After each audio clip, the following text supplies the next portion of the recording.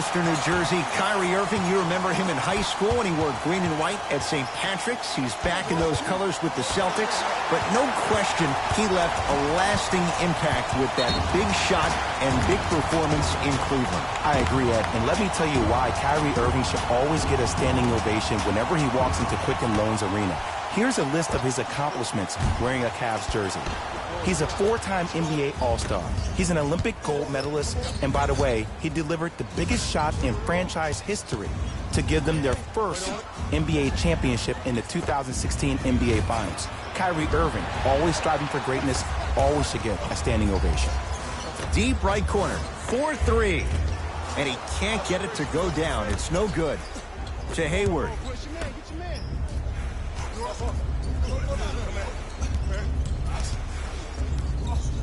To Irving. Horford.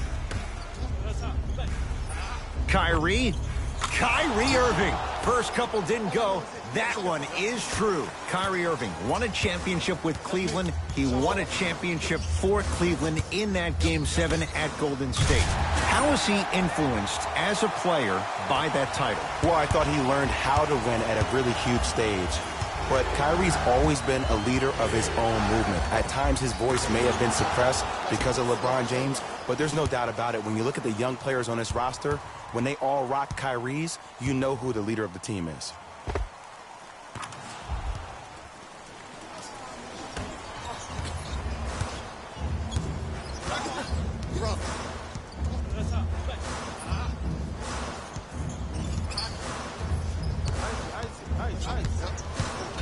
Sexton. Here comes the screen.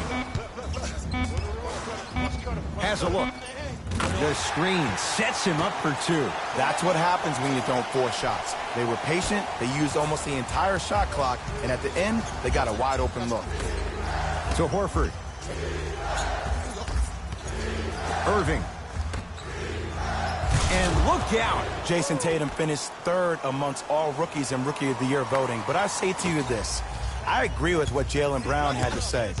If it was a one-on-one battle, who you taking, Jason Tatum or Donovan Mitchell? Jason Tatum or Ben Simmons?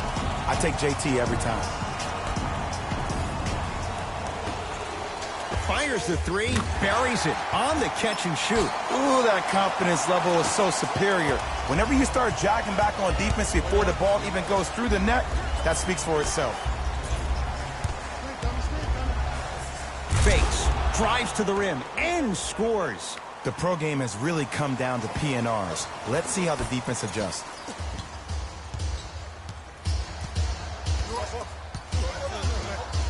Here comes the screen.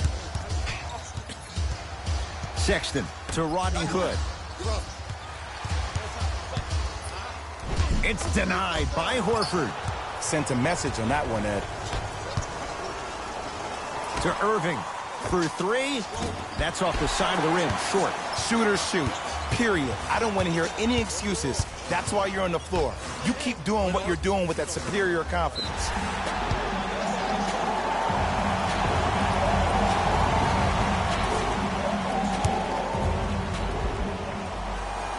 And hits at the line.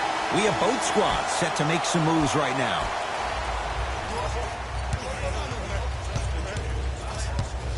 Hood to Korver. They've slowed down the pace. Now 3 on the shot clock. From the outside, no good. Across the timeline, it's Rozier. Looking to make something happen off the assist. That's what I'm talking about, Ed. It's that simple. Put the ball in the bucket. Cavs at the controls. Here comes the screen. George Hill. Can't connect from inside. Shear with it.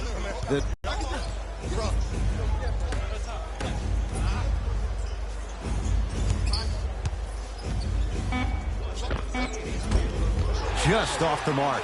And a lot of times in this league, teams take days off. But if this defense keeps maintaining that style of pace defensively, this is going to be a dogfight. That's off the side of the rim, no good. Rozier into the front court. Lead is 2. To Jaylen Brown.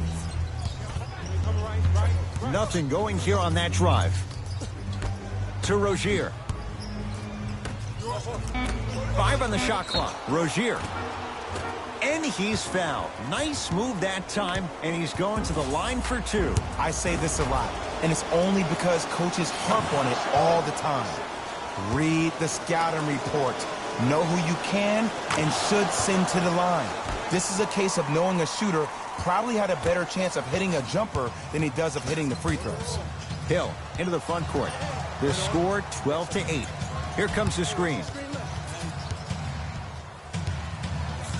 Hill to Rodney Hood. Down low Thompson. Able to convert inside. You feel that? I see the confidence building.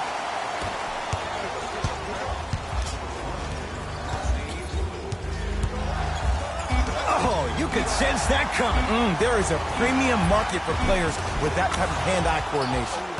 Just enough of a head fake to help on that one. 1 quarter down in this deciding Game 7. We're back with more after this. 1 quarter down. One way to go. So, buckle up. It's wide open. Both teams are trying to feel each other out, but I like the aggression that both teams established in the first quarter. This is the first quarter league. The way you play in the opening minutes really sets the tone for the rest of the game. To Hill. Smith.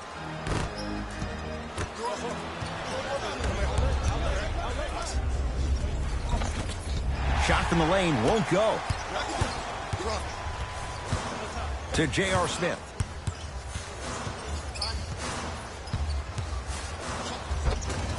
And the finish at the rim. No doubt about where that one was headed.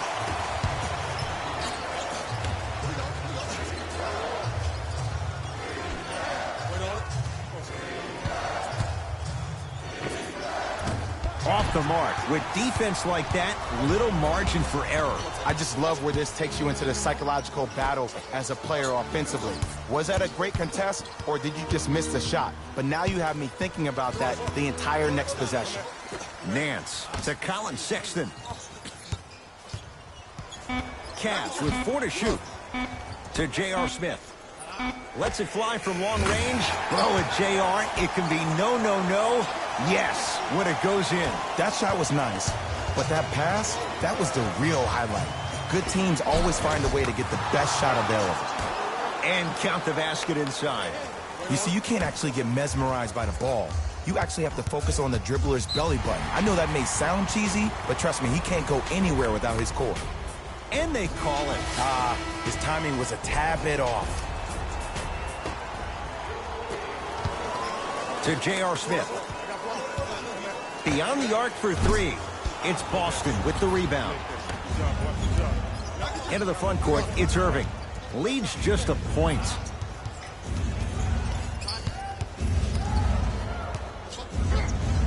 Kyrie Irving, 3 for 6 now. It looks like he's using his ball handling to feel the game out. I know it looks like he's just playing around out there trying to get the fans going. That is true, but he's also finding his rhythm.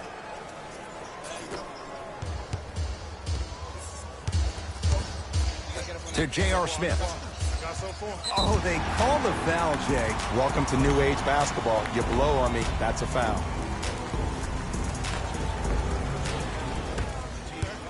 Driving right to the basket. Rejected by Tatum. Don't stare him down like that afterwards. Smith. Down to 5 on the 24. Lets it fly from beyond the arc. Shakes free and hits. Well, the defense has been good, but the shot-making ability has been better. And sometimes for NBA players at this level, the more you're in their face, the more it helps them center their focus on the target, which is making a shot. I know it sounds weird, but trust me, it's a real thing, Ed. Hood. And a pass stolen by Boston. We're going to see a team take the lead here. Pass stolen by the Cavs. When it's a tight game, those missed opportunities on the road make it tough. Yes, it drops. A little drama on that one. There you go. I like seeing the scoring coming from unlikely sources. Irving to Marcus Smart.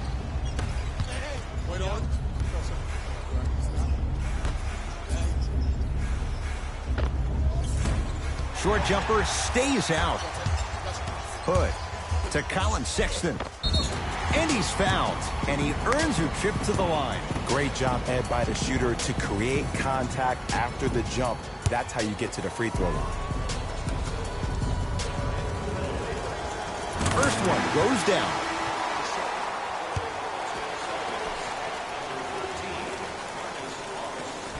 Able to convert on both free throws.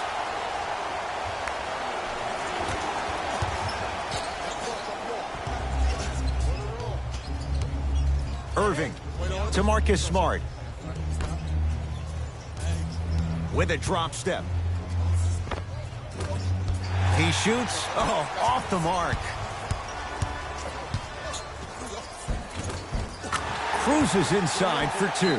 Play is stopped. Timeout Boston, as they'll take a moment to go over things here in the second quarter.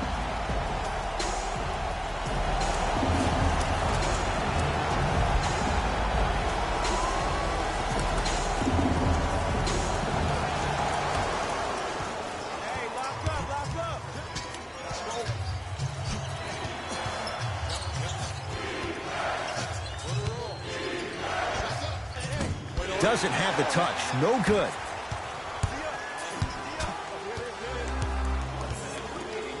Colin Sexton slams it down. Absolute stud. Just flexing on them on both the defensive and offensive end. I don't know if we should call him a young bull anymore. He's maturing right in front of our eyes.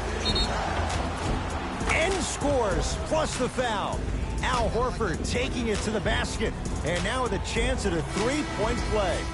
He should get some kind of acting award. That's a great sell by the offensive player. But guess what? The refs bit, and that's the game.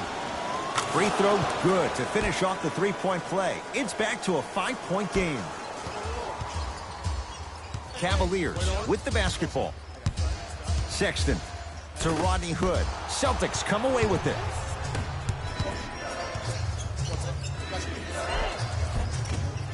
From the painted area, won't go down. Yo, big kudos to the defender. It seems like his mere presence in the paint was enough to make the offensive player miss the shot before he even got off the ground.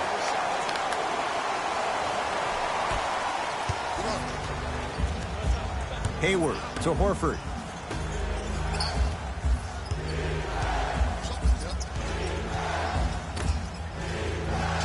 To Marcus Smart. Irving. Here comes the screen.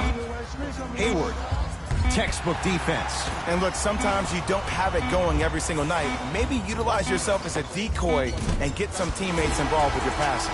We are at halftime in Game 7. Let's get you to Orlando, where we say hello to Jalen Rose in our EA Sports. The Cavaliers. Felt. All set to go here in the second half. The third quarter is underway.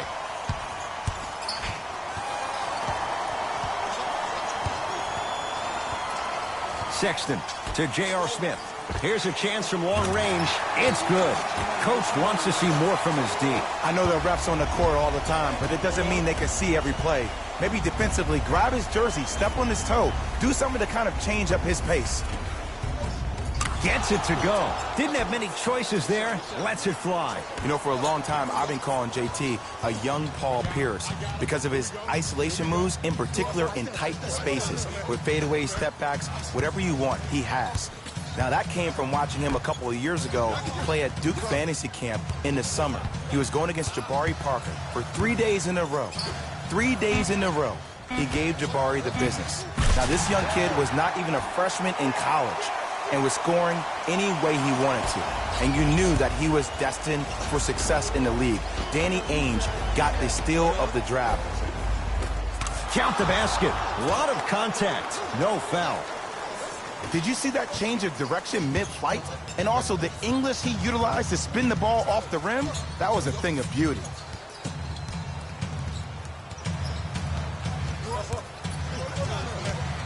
And Jay, they called the foul. That's just a blatant foul. Maybe he's trying to make a statement. Smith.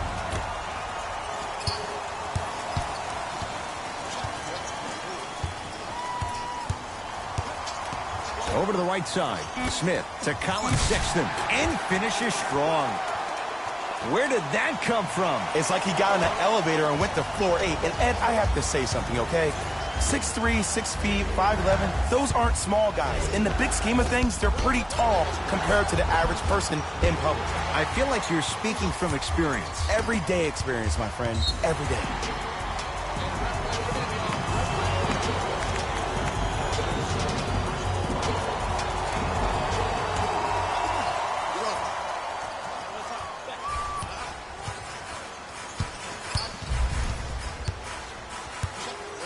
Sexton.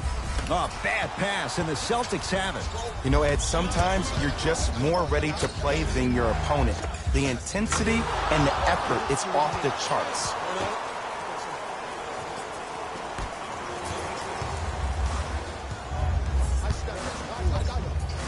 Ah, the monster stuff. I don't think I could do that on the 5-foot rim. I can, because that's my only choice. Now pass taken away by Cleveland. Sexton to J.R. Smith.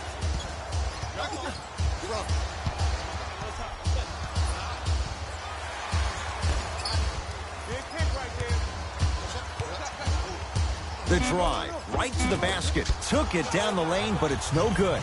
To Jaylen Brown. Down the lane, but the shot won't fall.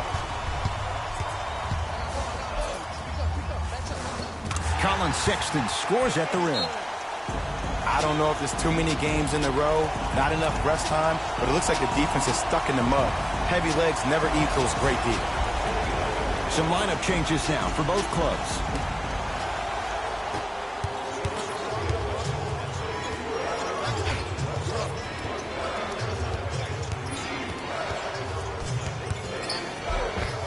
Kyrie Irving, now 4 for 9. Jay, you've known Kyrie Irving since he was a young man growing up in New Jersey. He's overcome a lot of obstacles, chief among them staying healthy and on the floor. Yeah, Ed, he's been battling injuries since his freshman year of college, but the beautiful thing about Kyrie Irving is that he always loves the big stage. Making the game-winning shot in Game 7, he will continue to do so when he surrounds himself with great, inspiring leaders with the likes of such Kobe Bryant.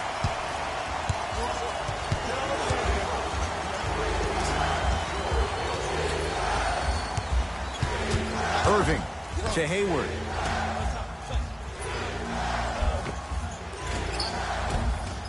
Finishing inside the paint on that one. I love the drive to the basket there. Instead of trying to go around or over, go through. Cleveland has the basketball. George Hill.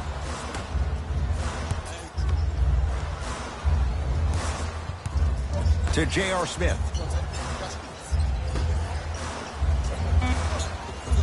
5 to shoot for Cleveland. To J.R. Smith. Going to launch beyond the arc. Oh, he's been on target from downtown, Jay. He's 5 of 7 from 3. Yeah, he's been able to knock down those shots by having great spacing on the floor. His teammates deserve the credit as much as he does. To Hayward.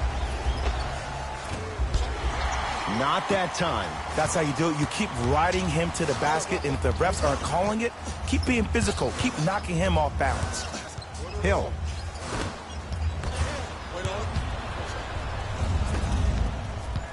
Nothing going here on that drive. There it is, Al Horford. He's 3 of 5, 60% shooting from the field. Deep 3 at the buzzer. There's the buzzer. 3 quarters complete. The Cavaliers with the lead.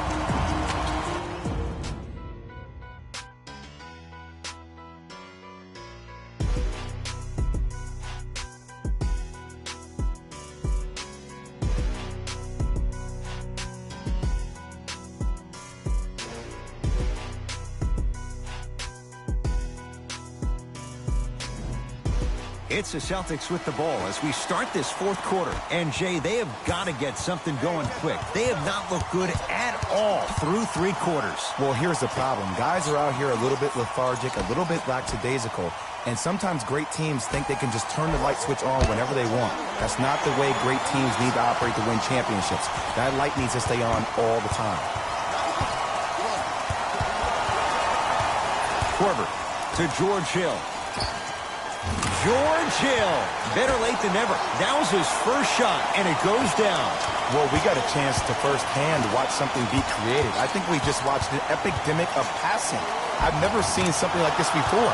It was so contagious, everybody started to do it, and it ultimately led to the other team's demise. If that's an epidemic, sign me up. Ball in possession of Cleveland.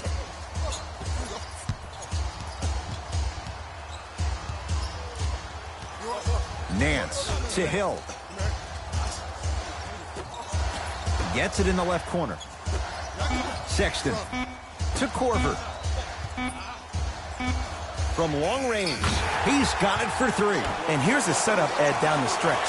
From a player who's been in these type of positions, eventually I'm going to hit you with a head fake, and you're going to have to jump considering I just made the last couple of threes.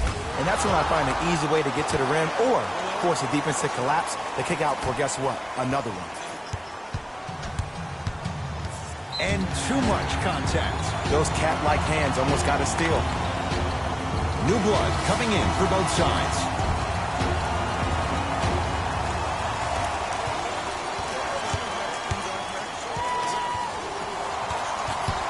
Oh, the whistle. Okay, take your hands off of me. Timing was just a tad bit off.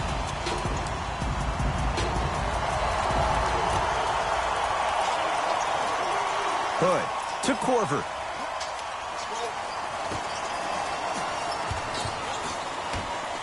Fires the 3, buries it on the catch and shoot. They're shooting the ball well, but let me tell you why.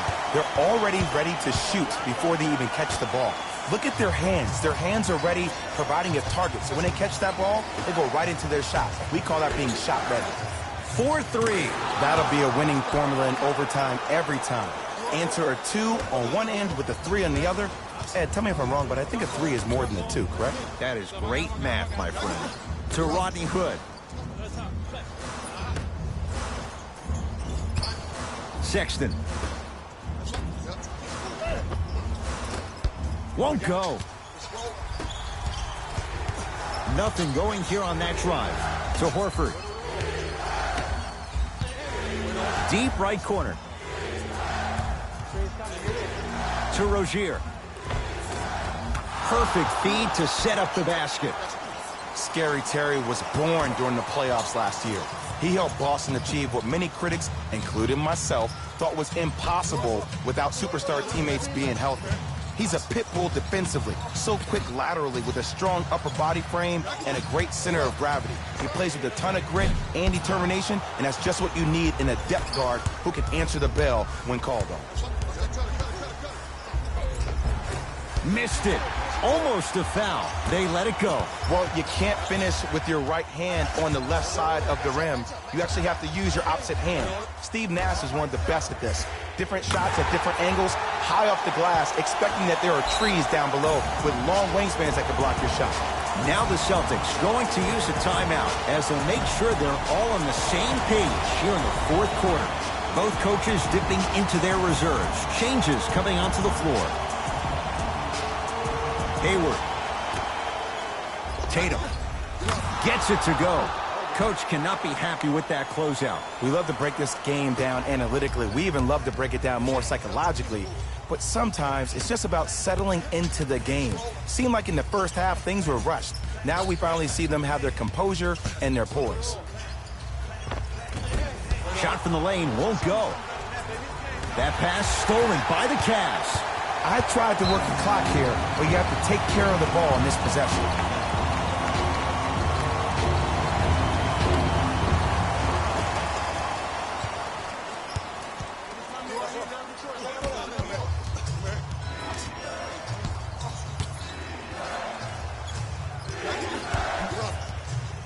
To Horford. There it is, Al Horford. He's now 4 for 6. This may sound cheesy, but sometimes you just need to sit back, get a tub of popcorn, and just enjoy the show, because that's what you're watching right now.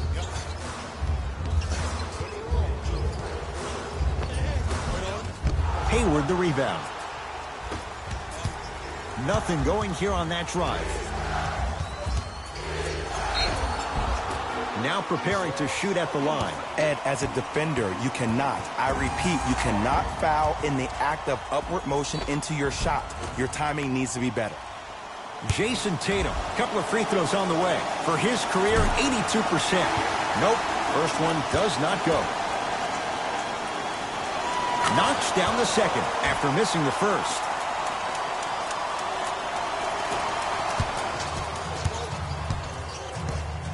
Cavs at the controls. And a whistle. That's just a blatant foul. Maybe he's trying to make a statement.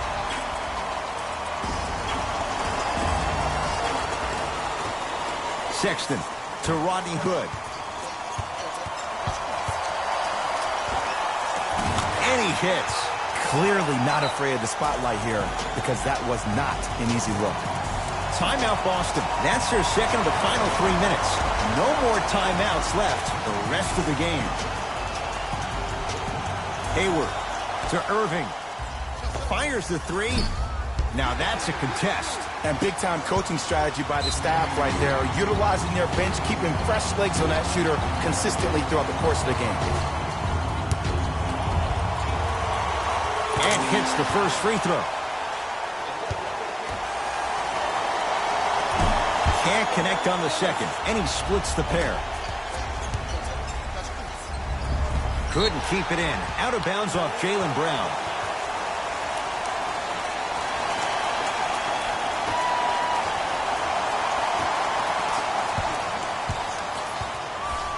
Oh, they call him for the foul. He took a chance. That's the right call.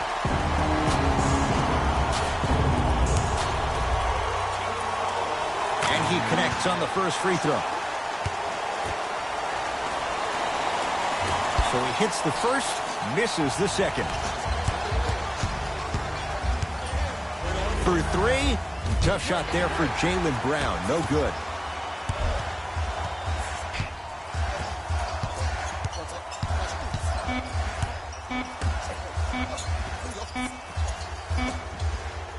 The Cavs are victorious. They stand alone atop the Eastern Conference on their way to the NBA Finals. For my partner, Jay Williams, and our entire crew, I'm Ed Cohen. This has been the NBA Playoffs on EA Sports. Find out more at easports.com. Until next time, good night.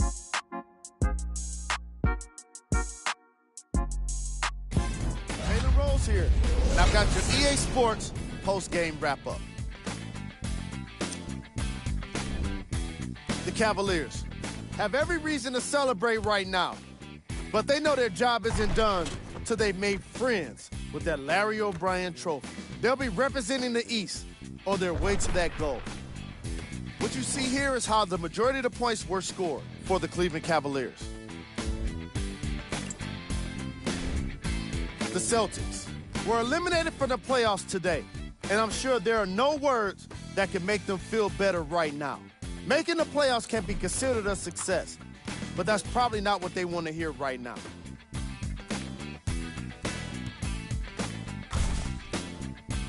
Check out the leading scores for the Boston Celtics. Game track. 3-point shooting. The Cleveland